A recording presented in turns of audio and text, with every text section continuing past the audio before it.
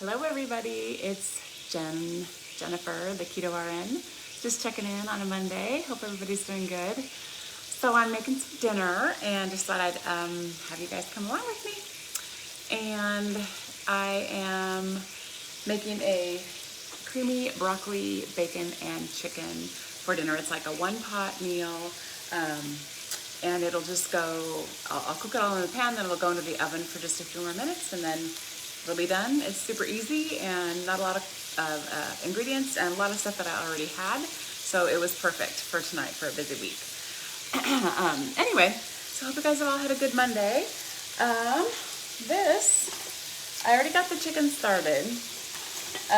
Chicken is actually some leftover rotisserie chicken that I had, I don't know, we just got a rotisserie chicken from Costco, but they also will package their chickens that they don't sell, I'm assuming, into a package, and they will sell just the meat. And so we had bought it for another recipe, and so anyway, I had leftover, so I didn't have to cook the chicken breasts. This chicken is already cooked. It doesn't look like you can see it. It's already cooked, and there we go. Whoop. I'm gonna lose my phone hold here. Sorry about that, guys. Yeah, hopefully you can see it a little better. Anyway, so this is some cooked chicken that I'm just getting to heat up and brown up a little bit. This recipe, I just found it online, and I honestly don't remember where I found it. But I've made it before, and it's quick and it's easy, and it's pretty delicious. So it calls for 3 chicken breasts. If you were making this, obviously without pre-cooked chicken, just chop up the chicken breasts and heat the oil, or heat the pan with avocado oil. We just use whatever we get from Costco, but avocado oil is good. It goes to a high heat, and then saute it until it's, cooked and brown. So this is actually looking pretty good here. So the next thing I'm going to add is broccoli.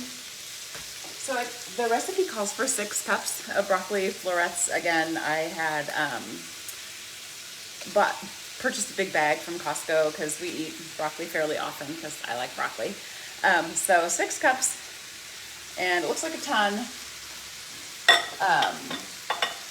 So 6 cups of broccoli and 3 chicken breasts, and I think it calls for some, it's here, 3 cloves of minced garlic that I had already put in with the chicken. So we're just going to let this cook for a little bit until the broccoli gets a little more tender. So I'm getting a lot of texts coming through on my phone, and my daughter is flying from the East Coast to the West Coast, and she just missed her connection flight. So that is a bummer. So if I'm distracted, it's because of all the texts that are coming through. So I will call her when we are done. Whoops, flying garlic. Oh, the other thing too is I have my oven preheated to 350, and I'm also doing this in a, we'll fix this again, in a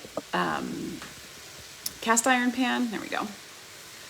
A cast iron pan so that it can go from the stovetop to the oven without having to worry about ruining my pan.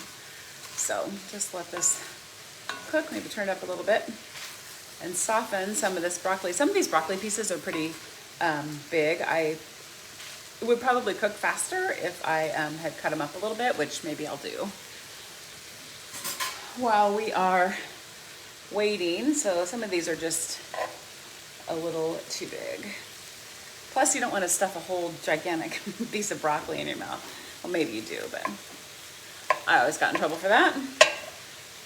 You gonna call our daughter, honey? Talking to my husband. Well, she's just worried. Who's worried? It's my husband. Hi, everybody. Greg. Good Say to see hi. you again. Hello. Anyway, she missed her connecting flight to Phoenix. She's stuck on the East Coast. So we'll put him on a project. I'll call her. Okay, honey. And see if he can help her out. All right, so it's starting to turn kind of a brighter green, which I like. I don't know how you guys like your broccoli. I don't like my broccoli super soggy.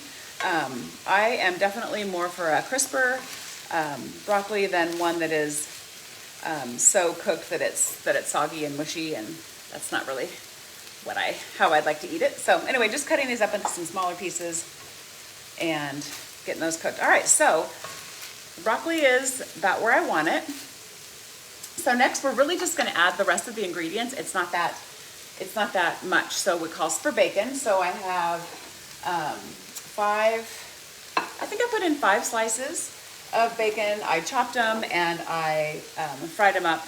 So those are just going to go in, just like that. And give that a stir here. This is a huge cast iron skillet, but I feel like I need a bigger one in this one, but that's all right. All right, so stir that up a bit. And then next is half a cup of Parmesan, or Parmesan cheese, however you say it. That's just some shredded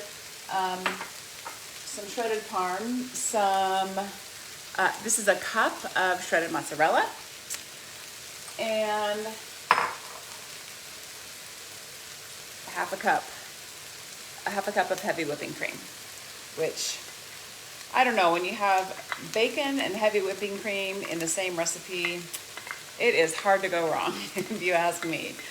So anyway, kind of just stir this around here. So it's going to get really cheesy and creamy and mix up really well. So I'm just going to try to mix it in this pan here a little bit, and then, like I said, I'm going to stick it in the oven. I need a hot pad. I'll use a towel.